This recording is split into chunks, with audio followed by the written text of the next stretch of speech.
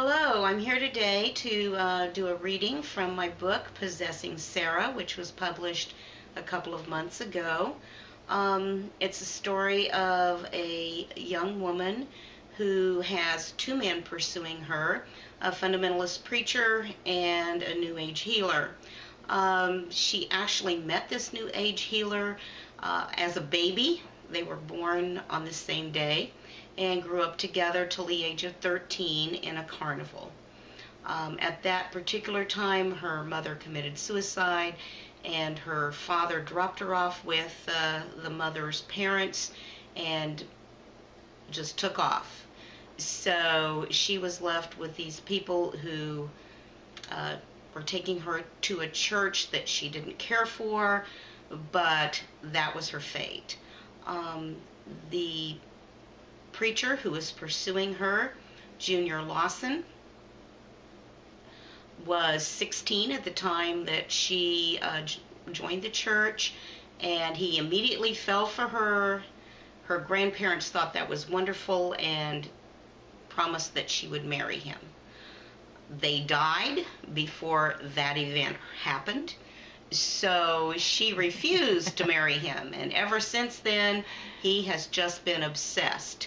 And he's come to believe, particularly now since Garth Drummond, his rival, the childhood friend from the carnival, has come to town, he's come to believe that Sara has been possessed by a demon, and if he can just get rid of that demon, she will marry him.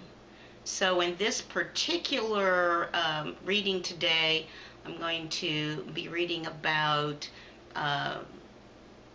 his uncle coming to talk to him about the way he's been stalking Sara, and also some other disturbing things that have happened to her, and he's investigating an occurrence.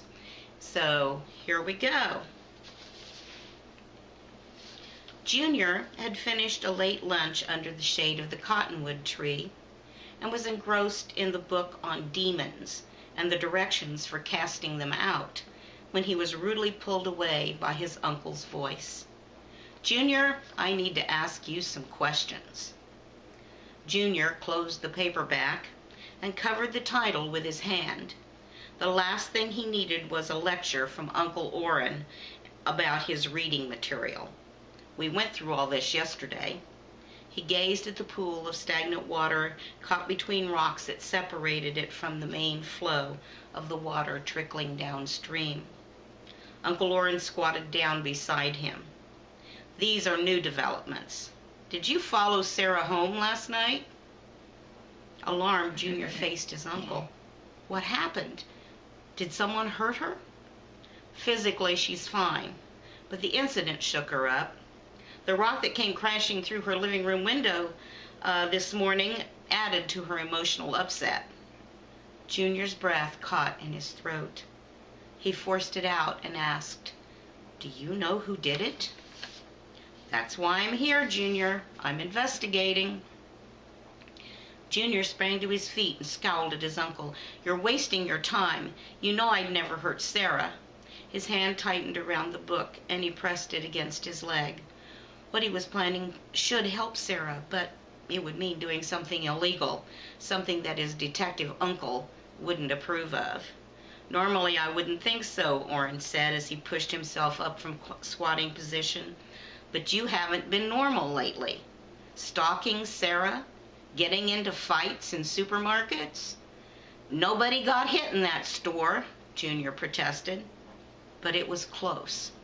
Stay away from her, Junior, and stay away from Drummond." "You're going to talk to him, aren't you? And who else?"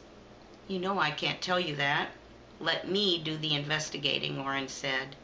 "Don't get in my way." Alarmed with the gravity of Sara's situation, Junior watched his uncle walk across the grass and get in his car. There was no way he could stay out of it. Sara was in danger. Thank you for watching today, and we'll be looking for you next time at Keyhole Conversations.